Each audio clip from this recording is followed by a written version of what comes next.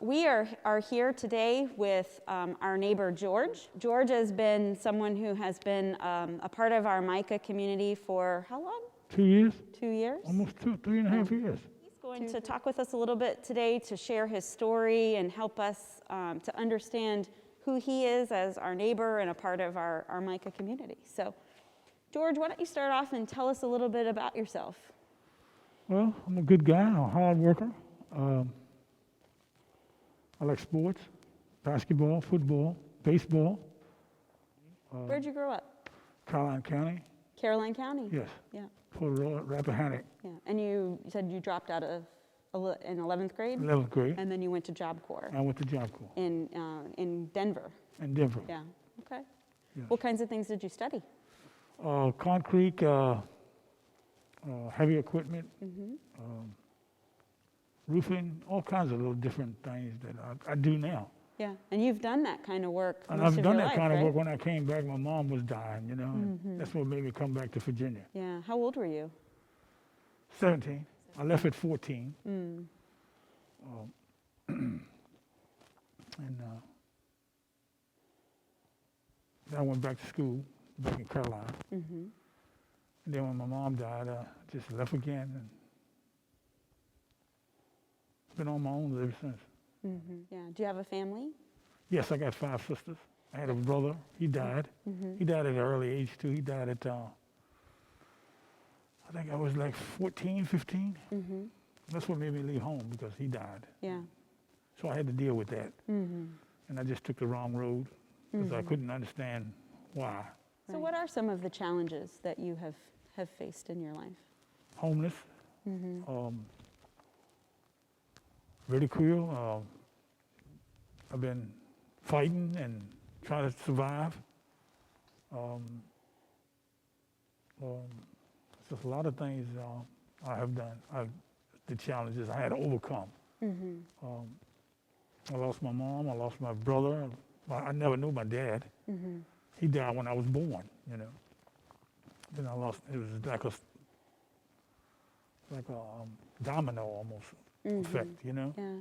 Recently, you've had quite a few people that are important to you that you've lost. You lost your wife. Right. You lost your sister. Yes, my younger sister. Your younger sister. You know, and these was a integral part of my life when I was coming up. I lost the people that I thought supposed to be here for me. They wasn't. So, because you know, God took them and God bless them all. You've had a lifetime of losing important people to you. Exactly. It just seemed like it's just like and it was rough. Yeah.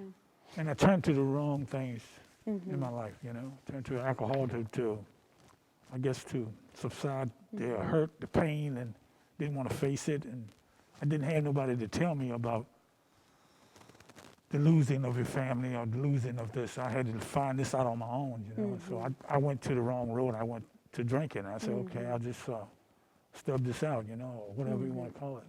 Yeah. I didn't want to feel nothing. I have lost a lot. And it finally come back to me again, and I'm losing again. So, and then I found God through Micah. I wanted to kill myself when I was 18 because I was still thinking about the past. I didn't do it, though. I just wanted to let it go. I said, they gone, I'm gone, I want to go. So, from a very young age. From a very young age. And even younger, I can remember back even when I was smaller. My mom was an alcoholic because my dad died, I guess. Just took over her because she never went to school or whatever like that. And I just think alcohol took her over. And I was young, you know, a little snotty-nosed kid. And she couldn't have no directions for me, so, because she didn't have a direction for herself. But I didn't realize that at first. I was envious. I mean, I was just mad, angry, because I didn't know why my mom was going through what she was going through. But now I realize it. I mean, now that I'm here.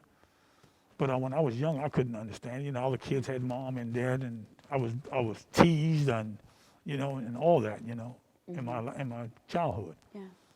I overcame it, but it was an angry problem. It was anger, you know. I had a lot of anger in me, you know. Yeah. Grief can cause anger. It caused a lot of anger, you know, and kids my age were scared of me, you know, basically because I had so much anger in me, and they haven't been through what I was been through as a kid. So then when they died, I understand when I turned, like I said, when I turned old enough, and I understand now, and I even understand better now that why my mom was going through this. But at a young age, you don't know nothing about that, you know. Yeah. You just wonder why she's like she is. Yeah. So you say that God has helped you a lot recently. Yeah, God was with me the whole time. He was with me the whole time because I got a good heart. Yeah. I have a good heart. I help anybody and I do things for people, you know. And I don't ask nothing in return, Yeah. you know. And so I know I had a good heart all the time, and God knew I had one. Was church a part of your upbringing? Yes, I was on the choir, the Heavenly Sons, back in the day. I'm a football back in the day. So, yeah, I was in the church, and then I got away from that too because it was just something. Got baptized and didn't really know what I got baptized for because it was so messed up here.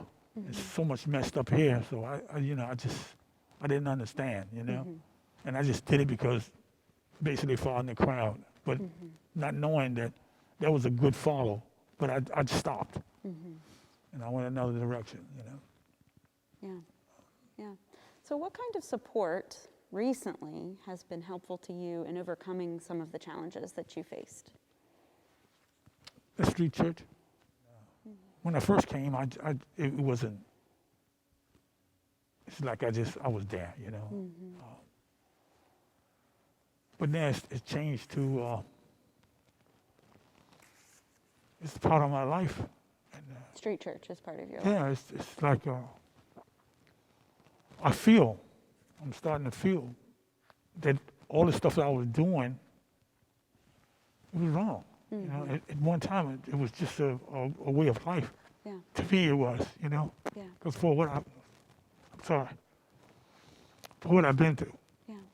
and I feel now, you know, and I feel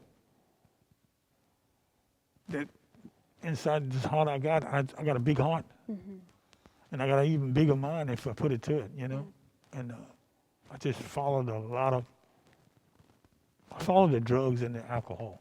I didn't follow people. I'm not going to put it on people because I followed drugs and alcohol. So I'm not going to put it on nobody. They had something to do with it. They didn't have nothing to do with it. Yeah. It's just the hurt and the rejections I had in life, you know, and before my family died. Yeah. Matter of fact, I'm hurt now, but it's a good hurt. What do you mean by that? It's peaceful. It's strong. It's the anger is starting to diminish. It's now I can deal with things better in a manner I can walk away. At one time I didn't, because I didn't care if I lived or died, you know. But I never cared for me, and now I'm finally caring for me. And it's a good feeling. Yeah. What do you think is so special about street church? Why has that been a pivotal? Because I came as I was, you know. I was broken, and I wasn't picked at, you know. Wasn't saying, well, why you here or what you doing, and I came, you know, and I listened, and I was asked questions, and they put me in positions that I had to talk, and I wasn't a talker because so much pain and hurt, rejection, and I just I didn't want to just say anything. And now when I talk, I'm walking it. I know me now. I'm finally knowing me. Street church helps me out with that. How does it help you? It helped me to have something to go to on Sunday mornings and look around me. Some of the people that is there was going through the same thing or still going through the same thing that I went through.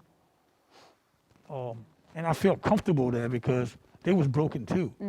And some of them still broken because they got to go through their walk that I'm going through. Yeah. And I still walking it. So I felt that, I felt at home. I actually felt at home. I think God just said, okay, it's time for you to come to me, because I've been running from him from the time I was in the Heavenly Sons, and I've been running ever since. And then it came to a point where I started going to street church, and when I was staying in my car, homeless, I was still running. And then when I came to the street church, everything came right there, where God said, okay, it's time to stop running. So I feel that I'm putting a lot of effort into my sobriety. I'm putting a lot of effort into me, and I'm getting to know God. I'm getting to trust God. I'm not there yet, but I'm getting there. It's a process. It's a process. I'm getting there. And you've become a pretty key leader at Street Church. You help set up every Sunday. You've been helping me on different projects. Can you talk a little bit about that and how that makes you feel? Makes me feel good that I can give something back.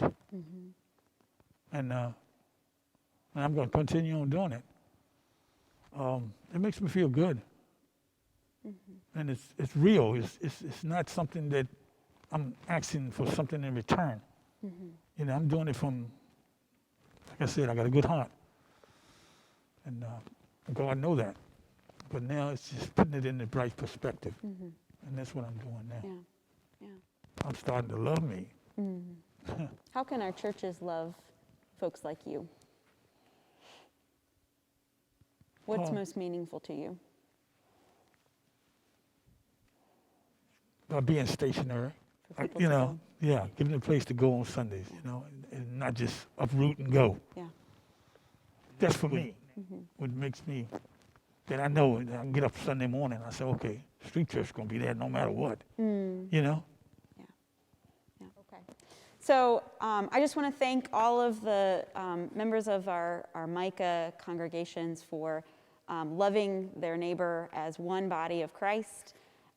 Just a reminder, this is a time of year where we remember our neighbors who have been on the street and many who have moved into housing, and how we are coming together as that body of Christ to love our neighbor through this thing we call Micah. And we appreciate any expression of how God is moving in you, whether it's volunteering, making an offering to help support the work we are doing together as a collaboration of churches.